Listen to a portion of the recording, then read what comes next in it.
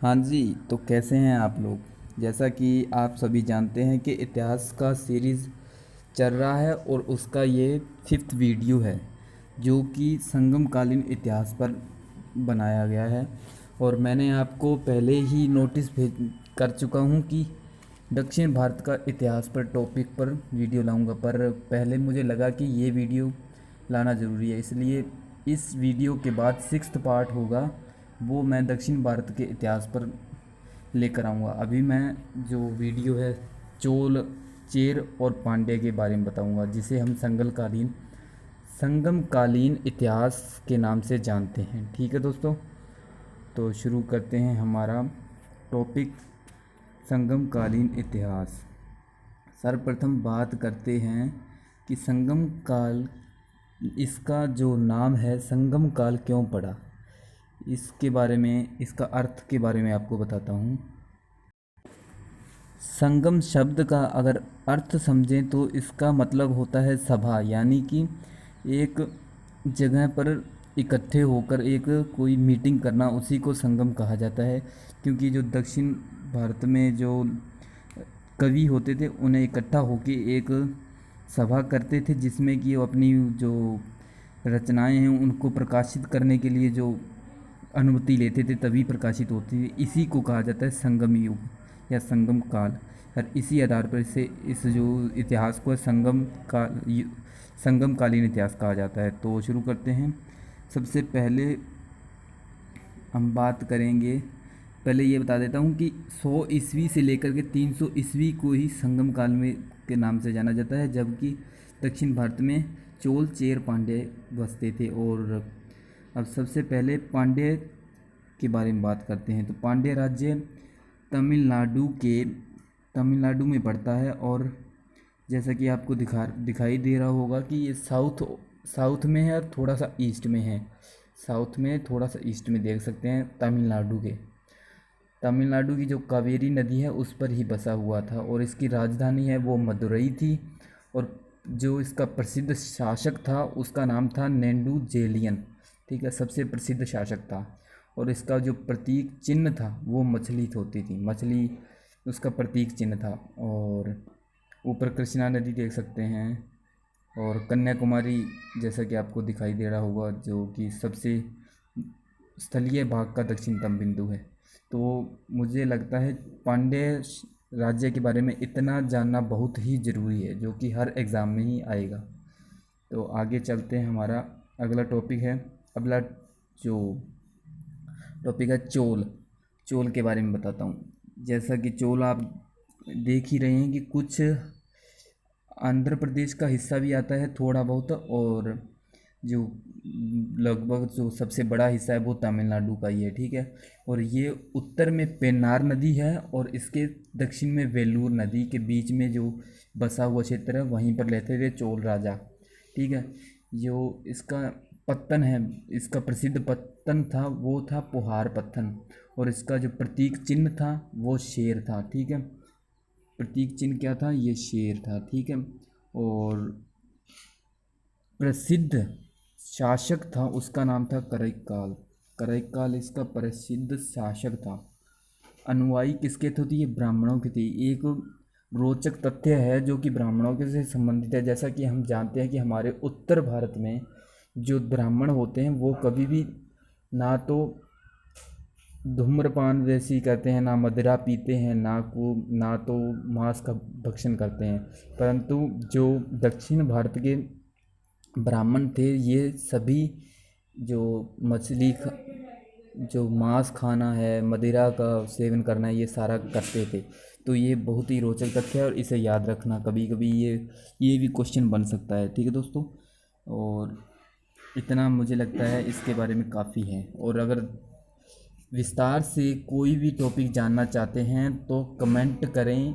मेरे पास मटेरियल पड़ा है, पढ़ा भी सकता हूँ, पर डिपेंड करता है आप पर। आप पढ़ना चाहते हैं तो ही लाऊंगा, वरना मैं भी टाइम वेस्ट नहीं करना चाहता। पहले सभी जो पूरा इतिहास है उसका मैं 10 वीडियो लेकर आऊँगा, और सारा का सारा इतिहास, एक जो ऊपर ऊपर का इतिहास होता है जो कि पढ़ना बहुत ज़रूरी है, उसे पढ़ाऊँगा। फिर उसके बाद आप जैसे कमेंट करेंगे उसी हिसाब से मैं उस टॉपिक को ही पढ़ाऊँगा, और धीरे धीरे कोशिश करता रहूँगा ताकि आपको अच्छा मटेरियल प्रोवाइड करूँ, अच्छी वॉइस में प्रोवाइड करूँ।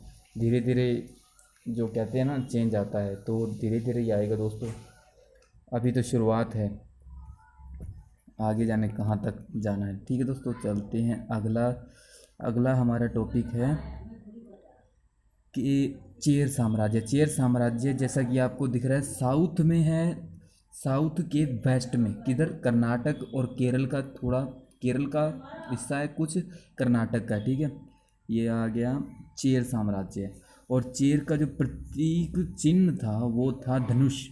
ठीक है, और जो इसका सबसे प्रसिद्ध शासक था उसका नाम था नेंडू जिराल। जिराल, वहाँ पर नेंडू जेलियन था, ये जिराल है। ठीक है दोस्तों, कभी कंफ्यूज मत होना इस चीज़ में। आगे आता है शंगु शंग शंगुत्वन। ये दोस्तों मुझे लगता है कि गड़बड़ हो गया है, शेनगुट्टवन होगा। हाँ दोस्तों, ये दूसरा शासक था शेनगुट्टवन, ये भी बहुत प्रसिद्ध शासक था। ठीक है, प्रतीक तो आपको बता ही दिया है कि प्रतीक चिन्ह था धनुष, तो ये भी याद रखना। अगला आता है हमारा, अगला टॉपिक है जो कि आपको दक्षिण भारत का इतिहास के बारे में बताऊंगा। दक्षिण भारत के जो राजवंश थे, जैसे पल्लव, राष्ट्रकूट, चालुक्य, चोल, इन सभी के बारे में बताऊंगा। तो अगला वीडियो का वेट करना, जब टाइम मिलेगा तब बना दूंगा। ठीक है दोस्तों, और आपको मुझे लगता है 2 मिनट रुको। हाँ दोस्तों, अब मैं आपको कुछ मेन पॉइंट्स हैं जो कि बहुत ही ज़रूरी हैं याद रखने के लिए संगम इतिहास के, जो कि ऐसा है। तो आपको बता दूं कि जो संगम कालीन महिलाएं थीं, जो चोर चेल और जो पांड्य राज्य थे, वहाँ पर जो महिलाएं थीं उनकी जो दशा थी उस समय बहुत ही अच्छी दशा थी। ठीक है दोस्तों, वहाँ पर जो रक्षक के रूप में भी स्त्रियों को रखा जाता था। स्त्रियाँ थीं जो कि पढ़ी लिखी होती थीं, ब्राह्मण भी होती थीं, ठीक है, शिक्षिका भी होती थी, बहुत अच्छी दशा थी यहाँ पर। और जो ब्राह्मणों के बारे में मैंने बता ही दिया कि मांसाहारी होते थे। और वेलार शब्द के बारे में बता दूं कि वेलार शब्द बड़े किसान होते थे, प्रसिद्ध किसान थे, जिन्हें कि जो समाज में दूसरे स्थान पर दूसरा स्थान मिला हुआ था। ठीक है, और इसी तरह जो वेनिगर, जो व्यापारी समूह होता था उन्हें वेनिगर कहा जाता था। ठीक है, और जो दास प्रथा के बारे में यहाँ से कोई भी साक्ष्य नहीं मिलता है। और एक शब्द है महापाषाण। महापाषाण बड़े बड़े पत्थरों के टुकड़े होते थे जो कि सैनिक जब युद्ध में मारे जाते थे ना, तो उनकी उनको सम्मान देने के लिए हम क्या करते थे, वो लोग थे जो उनकी जो समाधियाँ बनाते थे उन पे बड़े बड़े पत्थर शिलाएं रखते थे, जिन्हें हम महापाषाण कहते थे। हम तो क्या कहते हैं, मतलब कि जो वहाँ के जो लोग थे उन्हें महापाषाण कहते थे। ठीक है, और संगम की प्रसिद्धि का कारण क्या बताया जाता है कि वहाँ पर जो वस्त्रों का उद्योग था सबसे प्रसिद्ध था, उसी के कारण वो बहुत ज़्यादा प्रसिद्ध हुए। ठीक है, अरिकमेडु के बारे में, ये एक रोमन बस्ती थी, पत्तन भी था। यहाँ से रोम से व्यापार होता था हमारा। रोम के सिक्के मिले हैं और बहुत ही प्रसिद्ध है अरिकमेडु, पांडिचेरी में पड़ता है। और इसे याद जरूर रखना क्योंकि एकमात्र ऐसा स्थान है जहाँ से कि रोम के सिक्के मिले हैं, रोमन सिक्के। ठीक है, बहुत ही ज़रूरी हो जाता है इसे याद रखना। तो ठीक है दोस्तों, आगे का हमारा टॉपिक होगा दक्षिण भारत के राजवंश, जिसमें हम पल्लव, राष्ट्रकूट, चोल, चालुक्य, चोलों का दोबारा से उत्थान होता है उसके बारे में पढ़ेंगे। ठीक है, और यहीं पर मुझे पता है कि दक्षिण भारत का इतिहास समझने के लिए मुझे भी बहुत समय लगा था, तो कोशिश करूँगा आपको एक अच्छे तरीके से समझाऊँ। दोस्तों सपोर्ट करेंगे तो मैं आपको इससे भी बढ़िया बढ़िया वीडियो ला कर दूँगा। तो इसी के साथ आज का वीडियो समाप्त करते हैं। धन्यवाद। आशा करता हूँ आपको मेरी वीडियो पसंद आई होगी, और चैनल को सब्सक्राइब करें, शेयर करें, लाइक करें। अगर नहीं पसंद आता है तो कमेंट करें और बताएं कि क्या कमी है। थैंक्स दोस्तों। एक बात और दोस्तों कि अगर कोई आपको किसी टॉपिक पर वीडियो चाहिए, कोई किसी तरह का इतिहास में किसी भी टॉपिक पर कन्फ्यूज़न है तो मुझे कमेंट कर ज़रूर बताएं, मैं उस पर ज़रूर वीडियो बनाऊंगा। थैंक्स।